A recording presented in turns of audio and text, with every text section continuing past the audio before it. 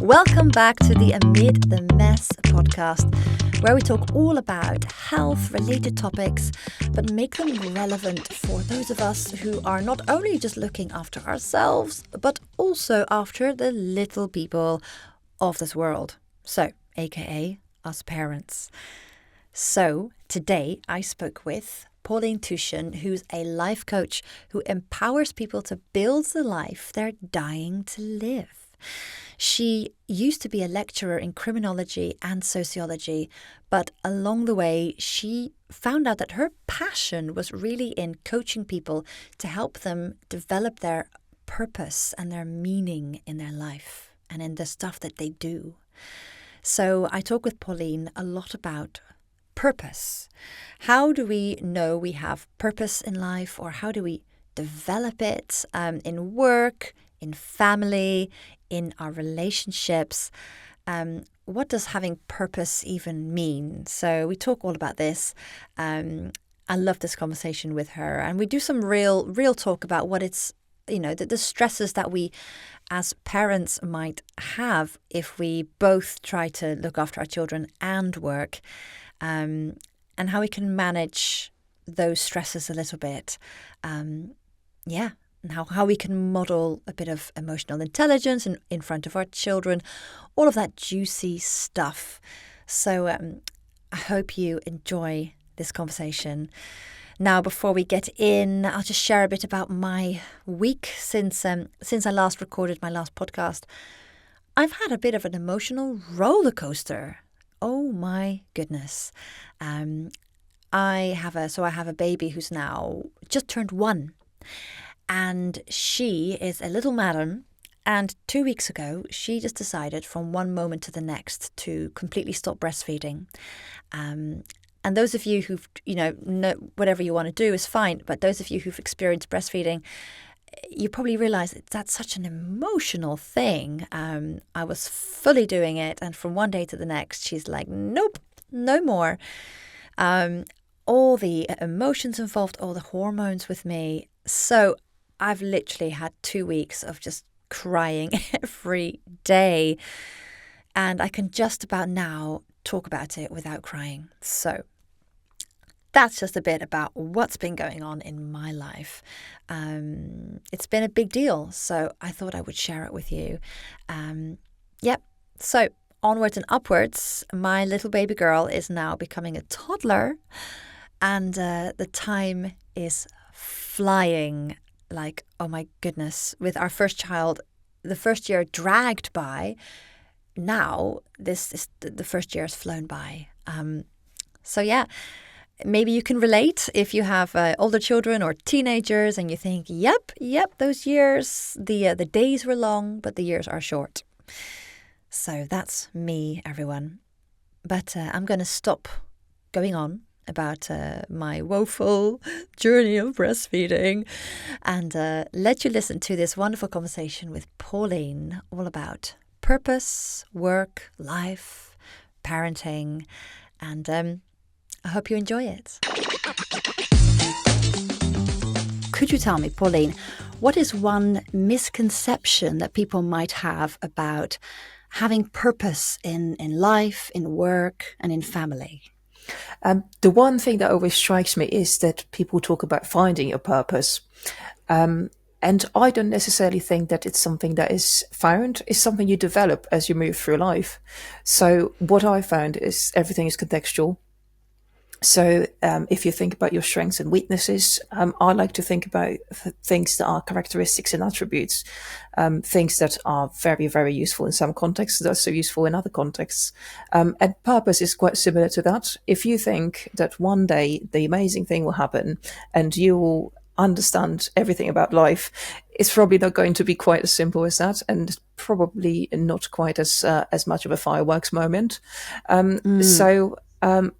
What I tend to find is that it's something that you develop. It's not hidden somewhere for you to find, like a bucket of gold on the other side of the rainbow.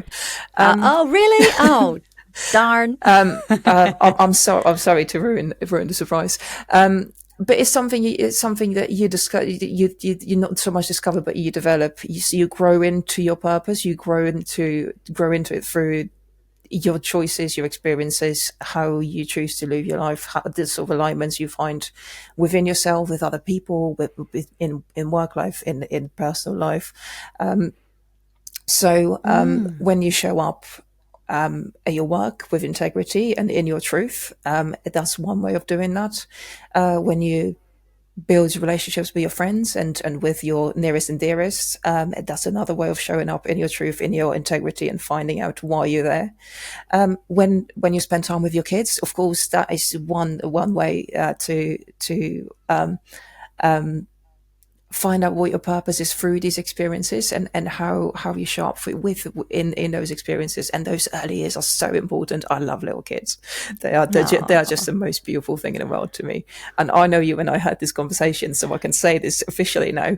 To anyone who is listening, I appreciate you so much for trying to be the best parent you can be, and the fact that you're listening to us today is probably a testament to that. It makes our lives in our world so much better when people raise their kids right, and I love it. That's so nice to hear. Because, of course, when we think about purpose, it's so easy to think, okay, your career, your purpose, like your purpose is to make a lot of money, or your purpose is to help people if you're a carer or in a medical profession, or my purpose is to be an athlete, but though actually what you just mentioned, my purpose is to create these amazing human beings and to educate them and care for and love them and make them into wonderful people that are going to take care of the world for us. When we had a little chat before, and that gave me like goosebumps. I'm like, oh yes, someone who really appreciates parents is so nice to hear.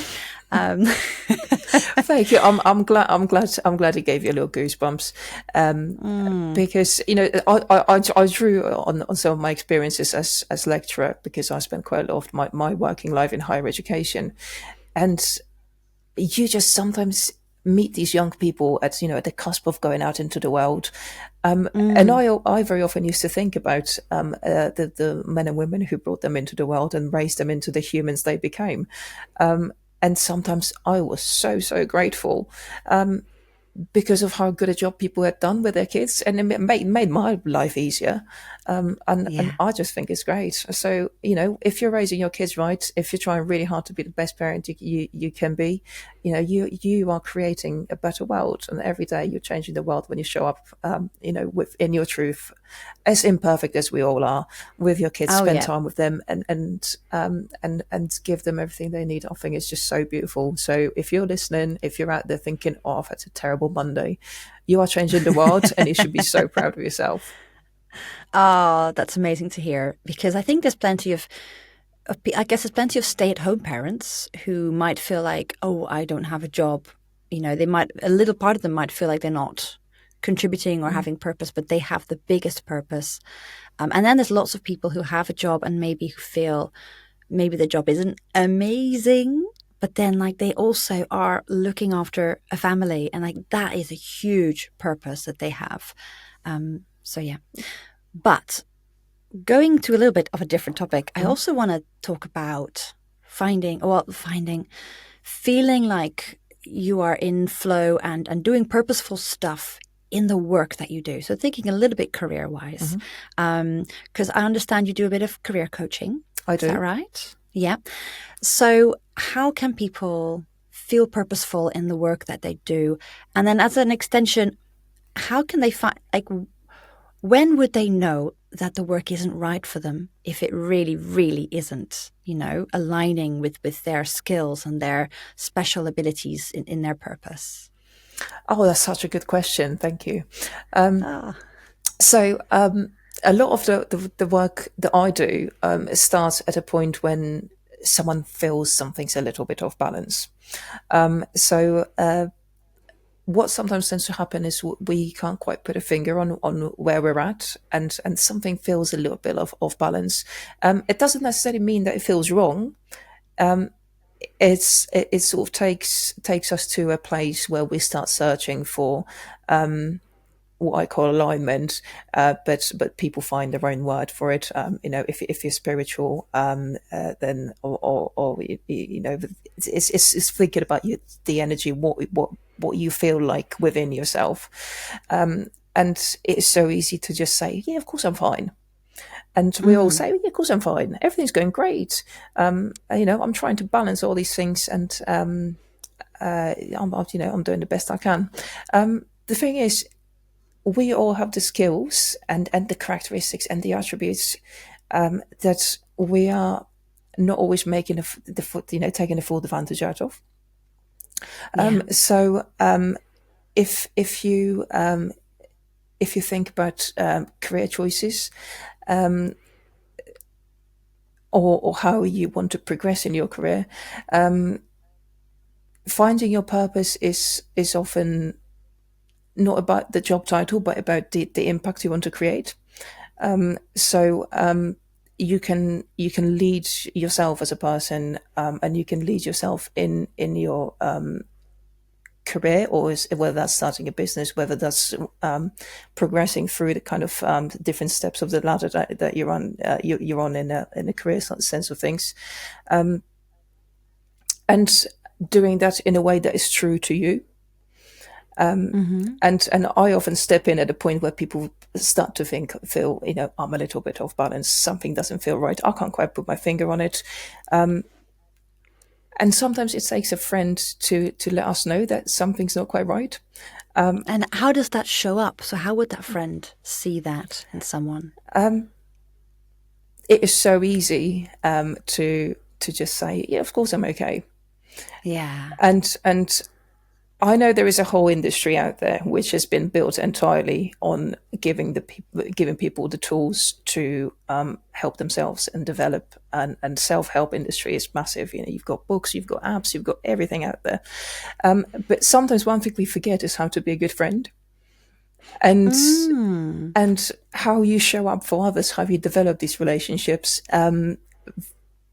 is reflected in how people are showing up for you.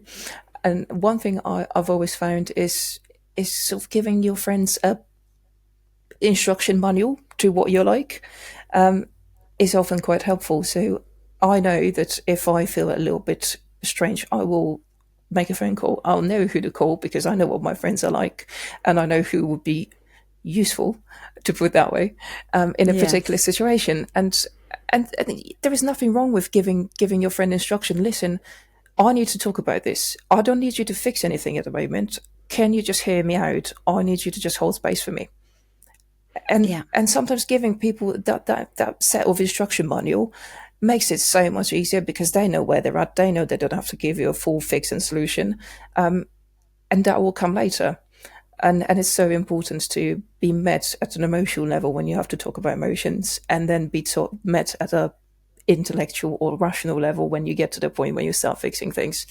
And don't be afraid of giving your friends an instruction manual. It's perfectly fine. And it makes the conversation so much easier if you just tell them, don't need to fix it at the moment. Can we just talk about it? I need to get it off my chest. Yes. So that's interesting. So you're saying friends could notice in you if something was not in alignment. Kind of you're doing a job that you might really not, it doesn't align with you. So would they see that you are more like stressed or agitated, and would you be reaching for the alcohol a little bit more? Kind of, I was kind of thinking of signs and symptoms that might seem like normal, like, oh, I'm just stressed, and oh, I'm just a bit uptight, and I just like a wine on a Tuesday and a Wednesday and a Thursday. Do you see that kind of thing, that people are in that cycle, and then you think, okay, we need to do a bit of thinking about what you do day to day? Sure, and it'll depend on what's usual and normal for you. If you have a glass of wine every Tuesday and suddenly you stop doing that, and you stop turning up to places where you usually, if you don't go to your Wednesday morning, coffee morning thing, and your friends suddenly start noticing, they'll probably tell you. For other people, it might be the fact that suddenly they stop going for a run, or that they don't turn up to the Saturday morning walking and talking event, or they don't turn up to the parents' meetup on a Thursday afternoon. So your friends will notice things that are out of your routine, that are different to what you usually do. It might be your friends, it may be it may be your parents, it may be your cousin, it might be your partner, whoever it is. Your kids will probably notice, Yeah. and you will get that in feedback from them. And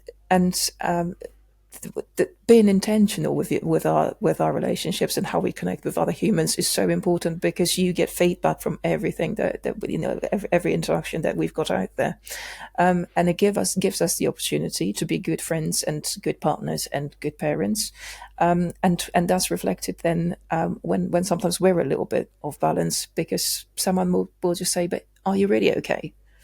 Yeah. And that's so And important. you need that sometimes, don't you? You really do. Of course. Absolutely. Yeah.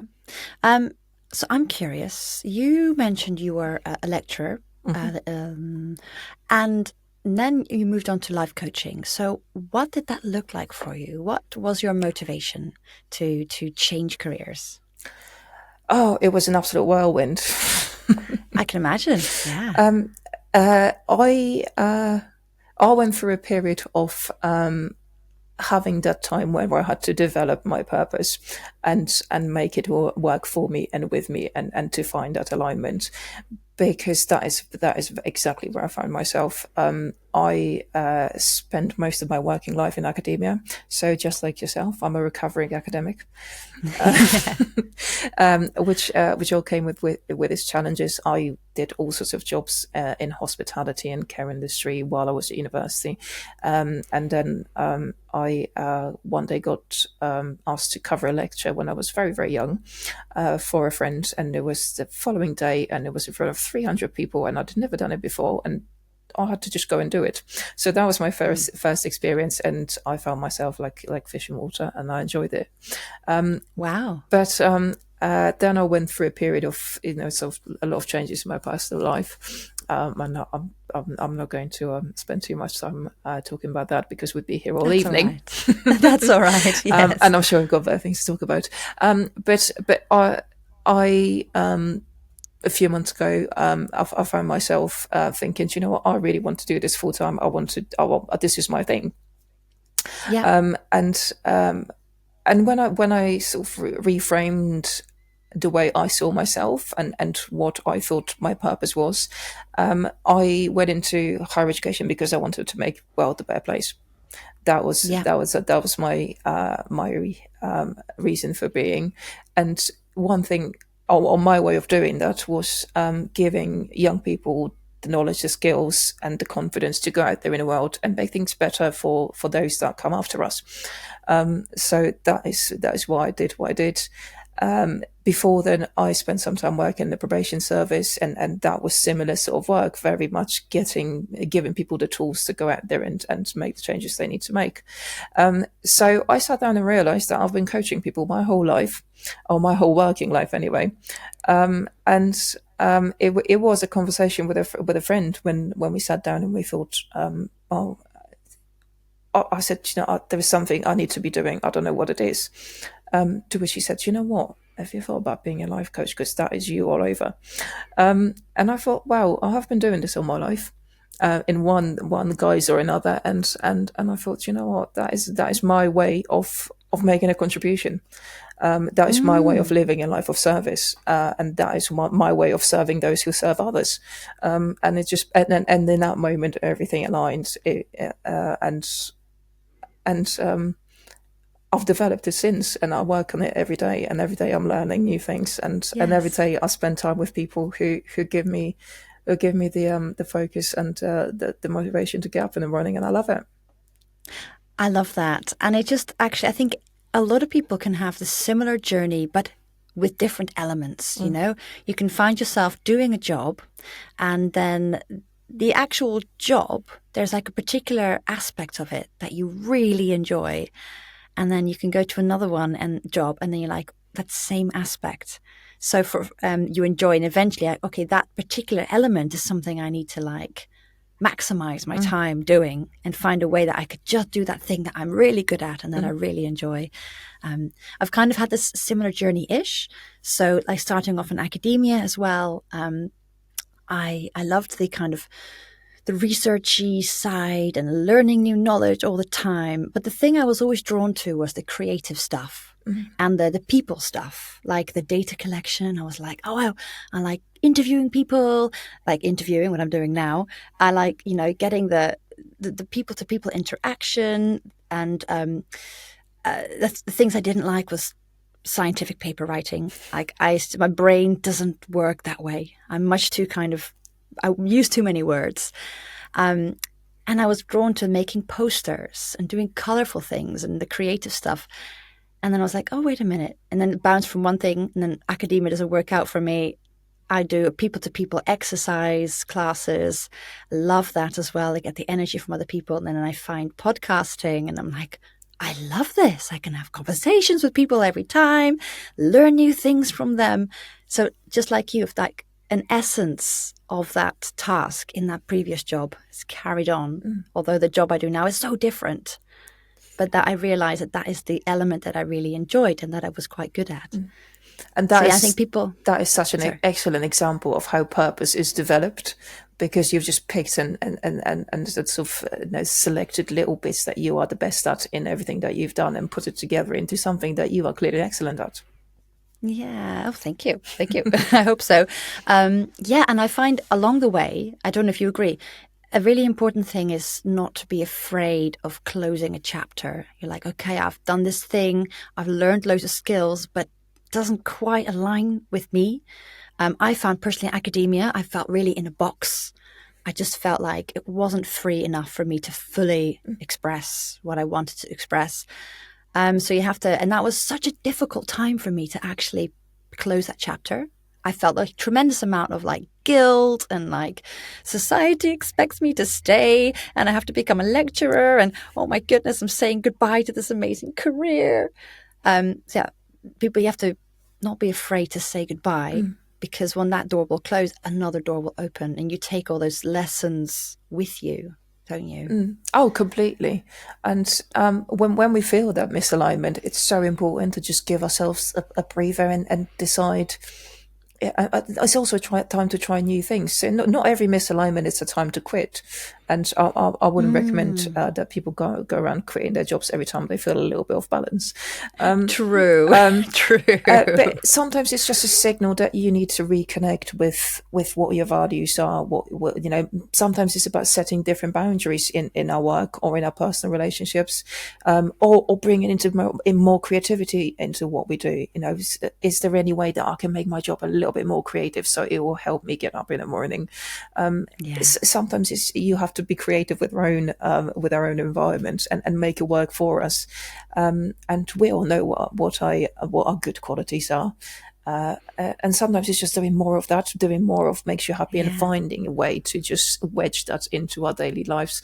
Not every time we think things are off balance, we need to close that chapter. But when we do, our brains love closure, and sometimes we give that closure to ourselves. And there is nothing wrong with feeling grateful for how far we've come and the things we've done. And they're all experiences that make the next chapter even better and even more exciting. You take them with you. Of course.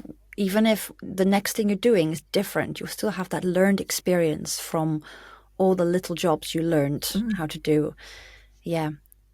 Yeah, you just mentioned something. It made me remember something, and then I forgot it. Mum brain. But it'll come back to you in a minute. It'll come back. I wanted to ask a few techniques. So, as a life coach, do you instruct your clients if they're feeling a bit purposeless, listless? Maybe they're not motivated to do their job or to exercise. They just feel a bit flat in life. Are there any techniques that you can give them that they can do at home that might work with their mindset? Our mindset is my favorite thing in the world. So if you spend a day with me, you will notice one thing about me is I get people thinking about positive things all the time. And that is not just because I'm one of these buzzy, fluffy people. There is science to it, and I'll tell you all about it. One thing I find really, really useful, and I do this every day, and I really recommend you start doing that because it will get your brains into the right mindset, and the people you're having conversations with too. When I see my friends, when I pick up the phone, I ask every person I speak to, ask them what's good, tell me what's good. Do you know why I do that? It's Why? because your brain immediately starts firing. Let me think about positive things. Let me think about what's good. I don't want to moan anymore. I'm going to tell my friend about what is good. I'm going to tell about the person I'm just about to have a meeting with what's good. And I find that as such a good opener to get people in a mindset that is so ready for doing and feeling more open to creativity and opportunities. Because when we're feeling a little bit flat, or when you're not quite sure what to do and what your direction is, there is a series of questions you can ask yourself. But a lot of it is about how you show up for yourself. And what I mean by that is not necessarily people get that this very strange advice: just be yourself, and everything will be simple. But no one actually knows what being yourself means. The advice I tend to give clients and anyone who'd listen is show up as the person that is true to you today. Just show up in your truth every day. It will not be the same every day because some days are going to be more challenging than others. And that's good because that is life. But if you do this consistently, your glass is not going to be equally as full as it was yesterday, and it's not going to be equally as full as it is going to be tomorrow. But show up in your truth as who you are today. Even if that true self that day is quite negative, Yes. perhaps quite down in the dumps, and still just show up, say, look, I feel really rubbish today. I just feel this thing happened and that thing happened. Would you still, because you were talking about positivity. Yes. So, Yes. okay. That is exactly why this is so important, because you're doing a number of things. You are signaling to the person that you're with, I am not feeling my 100% here. You are being vulnerable because there is nothing more intimate and vulnerable than being able to say, I'm feeling quite anxious today, rather than saying, Yeah. oh, I'm fine, I'll be okay. Yeah. Papering over the cracks, like, no, it's fine. Big smile. Isn't it so Yeah. much more useful to just say, do you know what, I'm feeling really anxious? Because that's something that the other person can work with. It opens the conversation. It gives you the opportunity to say, this is really stressing me out and I didn't know who to tell and when to say it. It gives the other person the most beautiful gift of being able to be there and hold space for another human. And let's have it right. Yeah. We all get that lovely feeling when someone says, oh, do you know what, I'm really glad I spoke to you about this. And why not give someone else the opportunity to just listen and maybe offer a little bit of advice. So sometimes when we show out and we show up in our truth and in our honesty, you find these positive things because suddenly you are having a valuable, deep personal connection with another human being who, even if they didn't fix everything for you, at least they listened, you've connected, you will remember that. Because so often people don't remember the things that we said and the things that we did. We remember how others made us feel, and that's what people remember about us. Yes. I love that. So actually, even like if you're having a down day, if something's happened and it's really sad, and then you go and someone says, "Oh, how are you doing?" And if rather than saying, "Oh, I'm fine," you do the actually I'm feeling really sad because of this and this and this, and you do the vulnerability, and you create that special moment of connection, and they will feel like they can support you. And actually, such a positive thing comes out of that, even though it originated from you feeling a bit crap. Completely. Then that is a positive effect because you've had a really beautiful interaction with someone. Oh, absolutely. And if you think about what you've just said, the moment we say to someone, I am feeling a little bit anxious, you are stepping away from that anxiety because you're just acknowledging as something that you're feeling. It doesn't define you. It's just a feeling I'm having today, and I'd like to talk to you about this. It doesn't define me.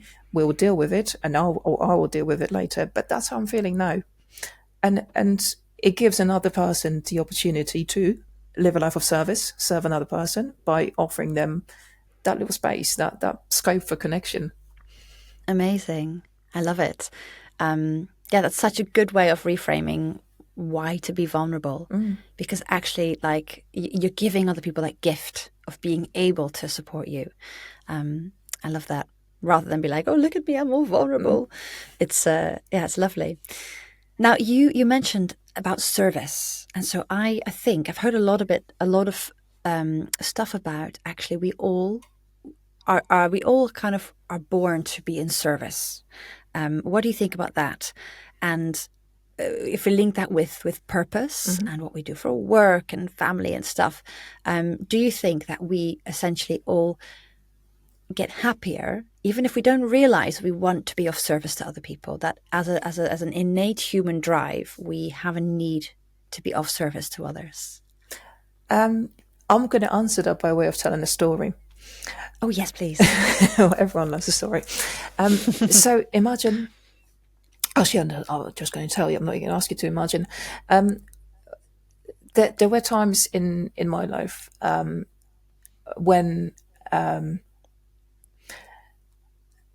when people came to me with problems, the issues they were having, and I've always been the person that all my friends come to talk to me about all their problems eventually, because that's my superpower. I can hold space for them, and I'm quite happy to sit in the mud with them until they work out and they're ready to go on and do what it is they need to do. But one thing I found is so often, and it happened a few times, a friend comes to me and says, look, I'm really struggling with this, everything's out of balance at home, and, I'm really not having a good time. I don't know what to do. And would meet up and, or I'd be at the other end of the phone every night, and, there'd be the crying and the why and the what do I do? And that's great. And I can deal with that, and I'm quite happy to hold your hand through it. But when things really started shifting is when we spend time with me sharing some of my problems. And suddenly I'm giving my friend an opportunity to not just focus on trying to fix her life, because we'd have a conversation and she'll feel all better and she'll go off and go back home and put the phone down. And then suddenly the day goes by, 2 days go by, and she rings me again and says, no, do you know what? I'm back to square one. It's all going wrong. And instead we started talking about things I was going through. And she became my therapist. All of a sudden, she found her little thing that was making her think about how she was doing with her own journey. So that life of service, I believe in that 100%. It was the thing that drives me.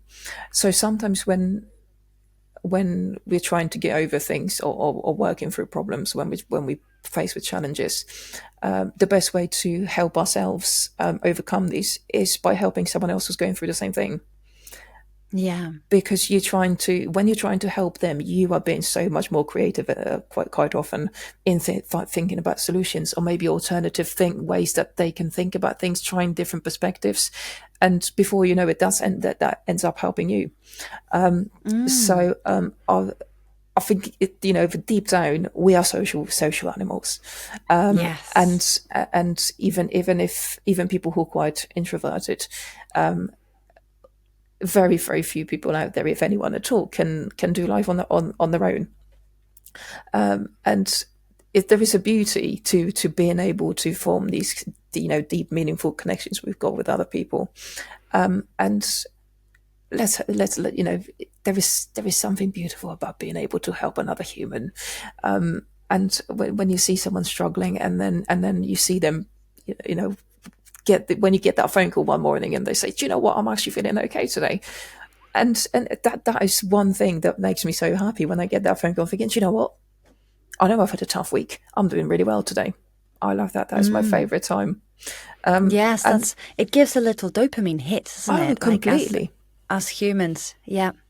You see, this made me think of. I watched recently a program. I think it had the Dalai Lama in it, and a Dalai Lama and his friend, a priest from Africa. I forgot his name, but they're very good friends, and they had like a conversation in this program. And Dalai Lama said, "There's two types of selfish. There is the kind of selfish that serves yourself and forgets about other people. That is, what did he say? Silly selfishness, or that's like stupid selfishness. And then there's a second kind of selfishness, which is wise selfishness. And he said, because that's when you help other people, but it makes you feel really good. So it's wise selfishness, like you're being really helpful and it giving and serving others, but you know it's also going to make you feel good. So yeah, that's a good selfish.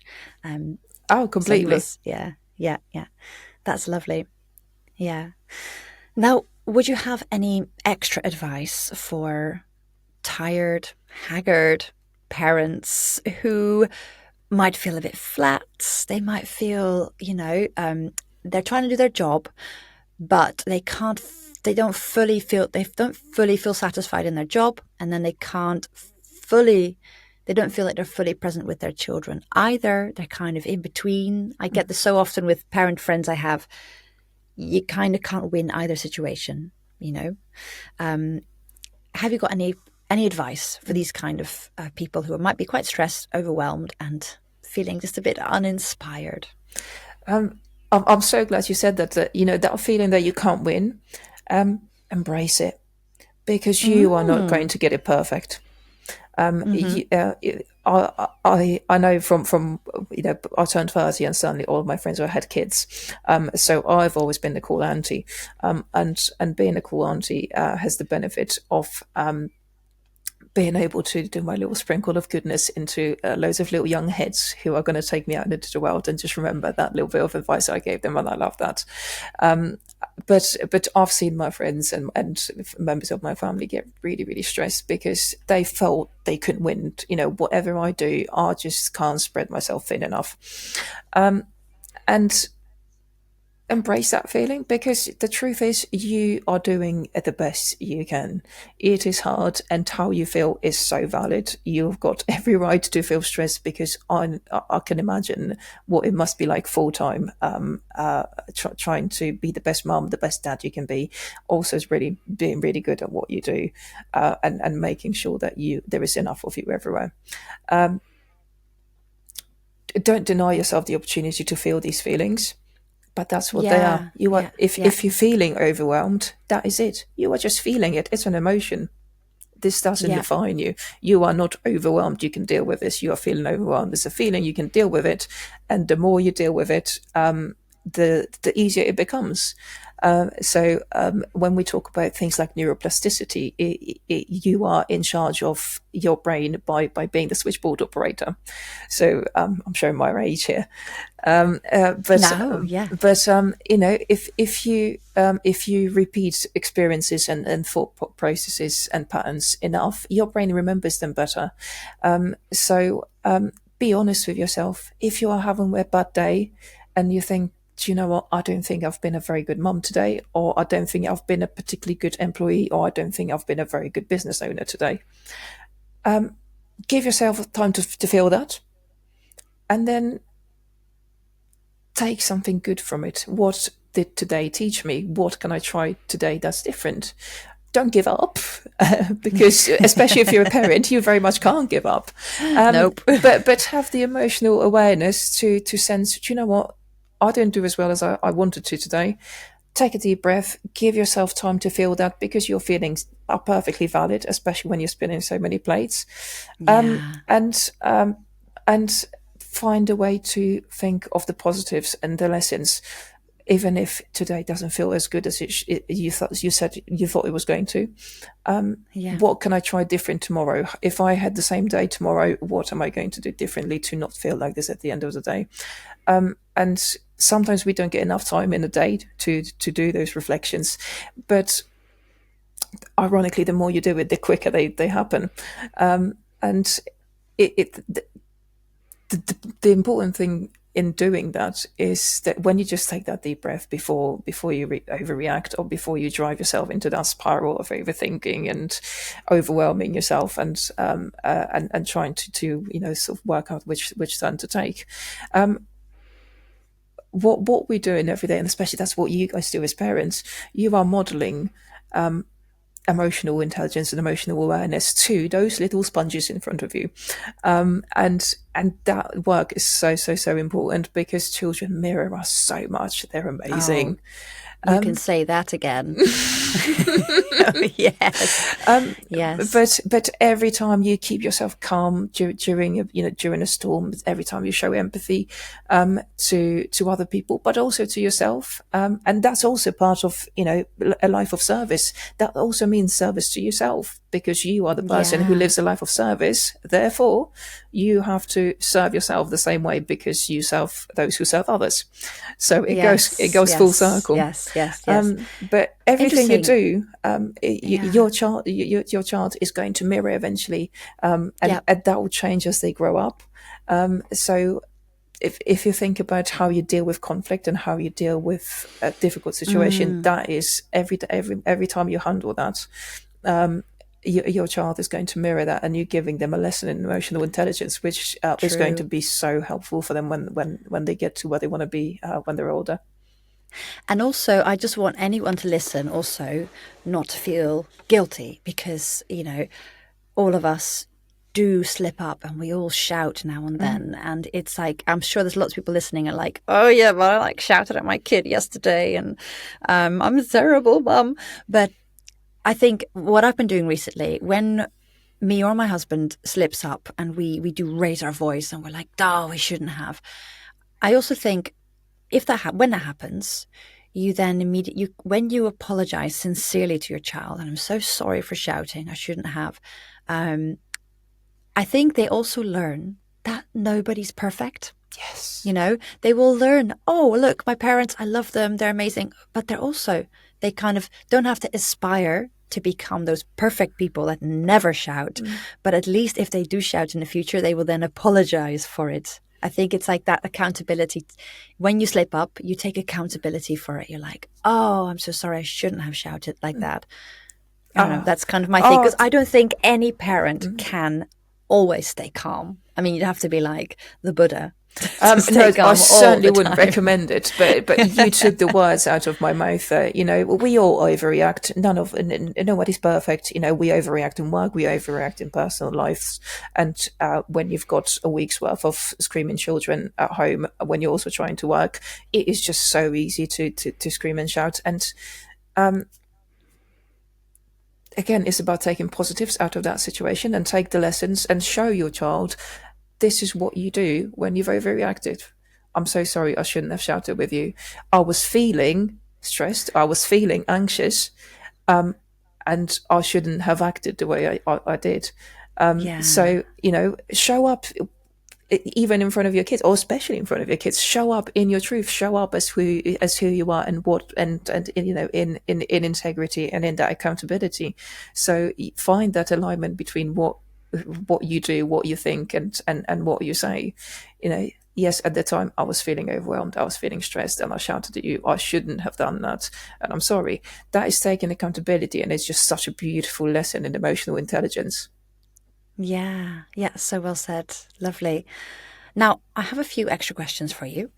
A bit different, but I would love to know what drives you bananas, or maybe is a pet peeve of yours about the world of self-development or life coaching, potentially what you might see on social media or in the press. Does anything drive you a bit nuts about what people say? There are a couple of things, actually. The first thing is that people think just because I'm a life coach, my life is perfectly problem-free. Trust me, it isn't. It's just that my muscles flex a little bit quicker, because I live it, and I breathe it, and I don't just talk to talk. I walk to walk. I do it in my own life just as much as I advise other people to do it. It's about how you deal with problems, not that suddenly all problems disappear. And there are no problems ever. Yes. Or that you're always Because, calm. Yes. yeah, at the end of the day, there are things in our lives that no matter how good we are at all the wonderful life skills, there are things we can't control. And the realization that you can't control certain things. That's where some of that peace comes from. But so that is one thing. If I just because I'm a life coach doesn't mean I am at the island and the calm lake, and I never have any problems. That is definitely not the case. And sometimes life is difficult. It's just finding the different ways of and different perspectives to use and to take when I fix problems, and trying to do that quickly. And second thing, I think, is the search for perfection. Because I wouldn't want people to go out searching for what is unattainable. Nobody's perfect. Don't feel guilty about it.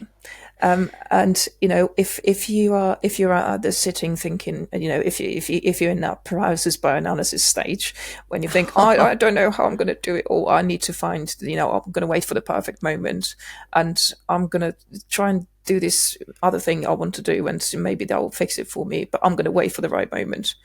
Just do it. The moment is never perfect. Exactly. It's, when people say, what is the perfect time to have children? When they come.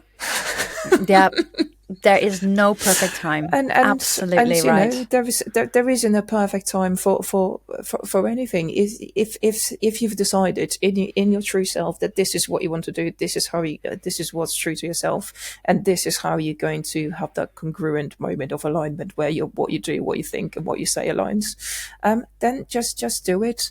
There is no such thing as perfection, and an imperfect action beats perfect inaction every time.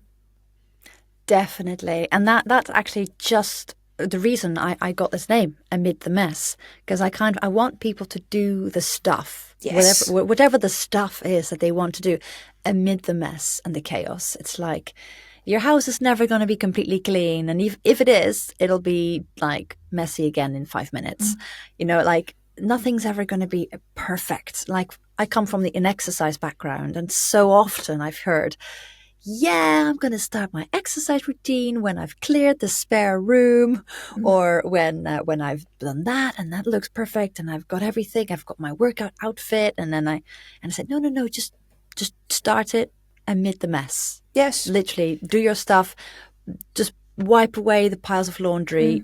Do 5 minutes, like amid the chaos. Yes, completely. Put your playlist on. Press your favorite song and just have a 5 minute dance.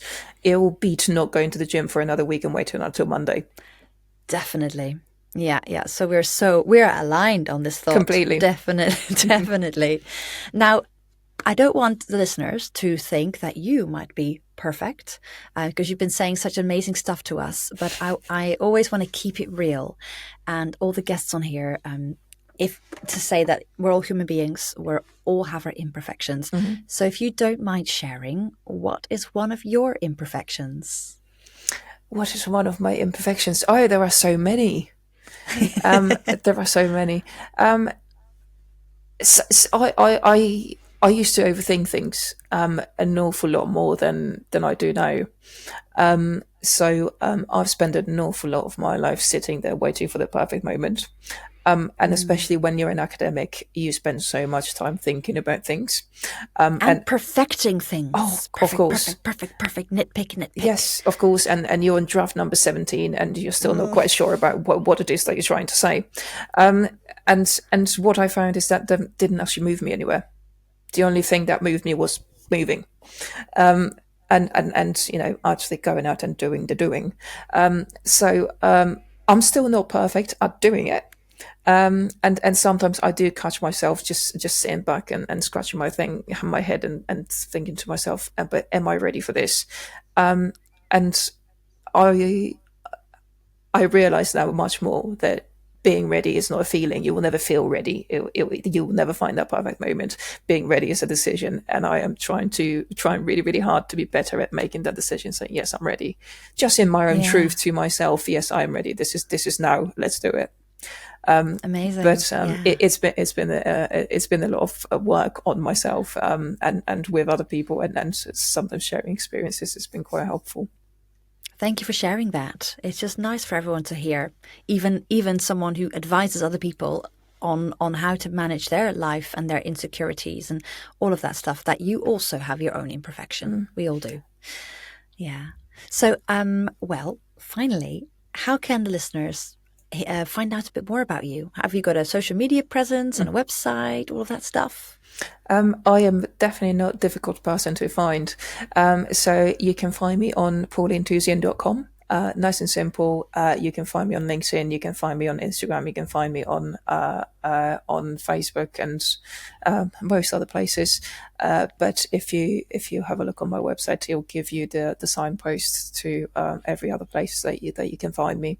I'm always open to having a conversation about anything, and even if you're sitting there amidst the mess, I'll quite happily sit in the mud with you, because I love it, and I find the one thing I find so inspiring for me, that the one thing that motivates me, makes me get up in the morning, is because most days I do get a little message from someone saying, "Do you know what? I'm so glad you said that the other day, and it really made me rethink something." And I love these moments. So if there is anything that your listeners want to have a chat about, even if it's not life coaching or not necessarily podcast related, just have a chat. I love a chat. Oh, that's so generous. Thank you. I'll put all the information in the show notes so they can find your website and your social media stuff. So, well, before we say goodbye, if there's one thing the listeners would take away from this conversation, and think about listeners being probably tired, overwhelmed working parents, I would say, what would that person take away that they could apply tomorrow to their life, or just to their mindset? If there is one phrase that I could see as one that defines me, and it's the phrase that once pulled me up of a very, very deep pile of mud. A friend said to me down the phone, out of nowhere, at the perfect moment, "I'm not leaving you there." And at the time, neither of us realized how important that was and what a significant moment that was in my life. But don't leave yourself there either. If you're sitting there on your own, and if you everything feels a little bit deflated, you are doing amazing work. You're raising a child. You're trying to change the world yourself. You're trying to look after your own mind, body, and soul, and all of that takes up so much work. But be grateful and practice gratitude daily, because you'll rewire your brain quite literally to thinking about things that are good for you. It's sort of your brain's way of thinking, right, every day about bedtime, they ask me to think about things that went well today, or things that I can turn into positives. So I'm just going to do that automatically to give them some examples before they ask me, because I'm that good. Let your brain do that. Your brain loves doing that. It will give you the positives before you ask for them. And you are literally rewiring yourself every night if you do that. So that would be like the one piece of advice, if they would take away every night, do some. So yes, think of positive things about yourself, about how the things, even the things that didn't go as well as they could have, or that you thought they would. Find some positives in that and take that away, and because that's what you can build on. You can always build on positive, and it'll take you away from sitting there thinking, "Oh, everything's terrible." No, start thinking about what's good, because you can do more of what's good, and it'll make you feel even better. Practicing gratitude is so important, and I couldn't recommend it enough. And it also is an opportunity for you to be the person who says to yourself, "I'm not leaving you there. Tomorrow's a better day," and you can try to do little bits to make that happen. You can, every day when you go to bed at night, and think about what went well, what have I learned, what's good. That's every day that you're building your life, and every day you're building your life you're dying to live. Wouldn't that just be great to wake up in the morning and say, "I am dying to live my life today"? Yes. Oh, thank you so much. I will be trying this. I definitely have sometimes I do get caught up dwelling on the negatives a little bit. I'm quite good at thinking of positive stuff when I'm in a really positive mood, but if something's going a bit more difficult, then I do kind of ruminate on the difficult stuff. So I'm gonna It is try really and easily done. So I wouldn't feel bad about it. I still do it. And sometimes it takes a little bit of me being intentional and purposeful and giving myself a bit of a push to do that. And some days it's easier than others, but it's never impossible. yeah. Thank you. Well, Pauline, thank you so much for this chat. Really, really lovely to connect with you. And I hope you have a fantastic rest of your day. That was Pauline Tusien, everyone. Go and look her up on Instagram, LinkedIn, her website. I'll stick all that stuff in the show notes. Have a look at what she's got. If there's and take her up on that offer for a little chat. She's wonderful. That's such a generous offer. And go and do that. I hope you enjoyed that conversation. I think I've got a few pointers to take home with me. So like I said to her, I really have the tendency to ruminate on negative things. And it really doesn't help me sleep at night. I get into this cycle when something just sticks in my brain. Do you know what that's like? It's just sticky thoughts. So I think I could really do with doing a bit of gratitude practice before I sleep. Sometimes I do that, and it has been really helpful in the past. So I'm going to get back to that. And I hope you have a few takeaways from this conversation that will help you as well. If you have those, let me know. I would love to hear from you. You can get in touch via Instagram or email, or those are probably the best. LinkedIn as well. I'm not that active on Facebook, I'll tell you that. So before I go, I would love to ask you, if you are enjoying my podcast and you want to do me a huge favor, please give me a little rating and review on whichever app you're listening. That will hugely help the algorithm to push up my podcast a little bit in the rankings. And it'll help me grow. So thank you very much in advance. And next week, I will have a whole fresh new episode for you. So I will love you and leave you. Bye.